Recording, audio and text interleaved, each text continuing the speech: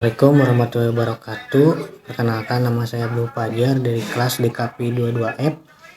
Di sini saya akan mempresentasikan tugas teori komunikasi visual, yaitu mengenai hubungan bentuk-bentuk komunikasi dengan desain.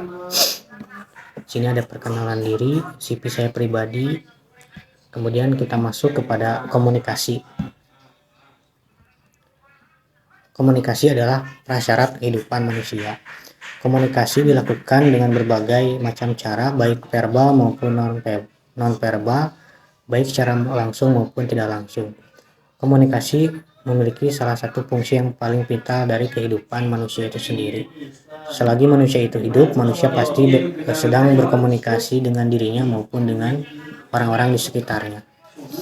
Berbicara mengenai semesta komunikasi, yaitu kualitas hidup seseorang identik dengan berkomunikasinya, baik kepada diri sendiri, dunia luar, maupun dengan Sang Pencipta.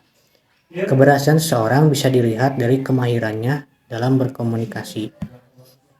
Berikutnya, apa itu komunikasi? Menurut KBBI, komunikasi adalah penerimaan dan pengiriman pesan antara dua orang atau lebih, sehingga mudah terjadi pemahaman yang sama, sehingga menjalin hubungan dengan orang lain, bahkan dengan diri sendiri. Menurut Dr. Everett Kleinjan, komunikasi merupakan bagian dari kekal kehidupan manusia, seperti halnya bernapas. Sepanjang manusia ingin hidup, ia perlu berkomunikasi. Kemudian dalam ilmu komunikasi yaitu salah satu multidisiplin ilmu mempelajari mengenai komunikasi satu sama lain, menyampaikan pesan sehingga diterima dan diproses. Kemudian teori komunikasi visual yaitu rangkaian penyajian informasi pesan kepada pihak lain menggunakan media berlandaskan penglihatan yaitu visual sehingga mudah dipahami. Nah, ada paradigma komunikasi yaitu siapa mengatakan apa, dengan saluran apa, kepada siapa, dan menghasilkan akibat atau hasil seperti apa. Kemudian ada komponen komunikasi, yaitu ada komunikator, ada pesan, ada media, ada komunikan, dan timbal balik. Sehingga menghasilkan timbal balik atau pesannya diterima dan dibalas dari komunikator dan komunikan. Nah, ada bentuk-bentuk komunikasi yaitu komunikasi antar pribadi, yaitu pertukaran pesan antara individu dengan individu, dua orang yang sedang bertukar pesan.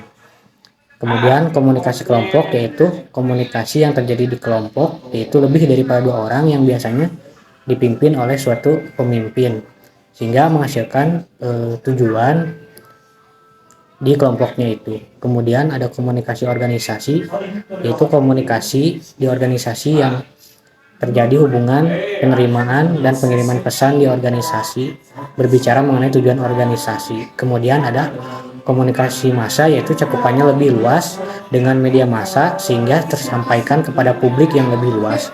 Kemudian ada komunikasi pembelajaran, yaitu komunikasi yang terjadi di suatu instansi pendidikan, contohnya siswa dan guru atau dosen dengan mahasiswa, yaitu untuk terjadinya proses pendidikan yang mentransferkan pengetahuan, sikap, keterampilan, dan nilai-nilai dari guru atau dosen itu sendiri.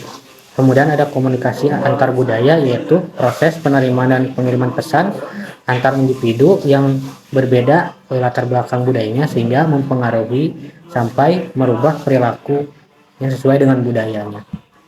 Nah, kemudian apa sih hubungan ilmu komunikasi dengan desain? Yaitu sangat berhubungan sekali, di mana ada proses penyampaian pesan melalui bahasa verbal di komunikasi itu, dan desain komunikasi visual mendukung sarana media melalui bahasa nonverbal atau melalui bahasa visual.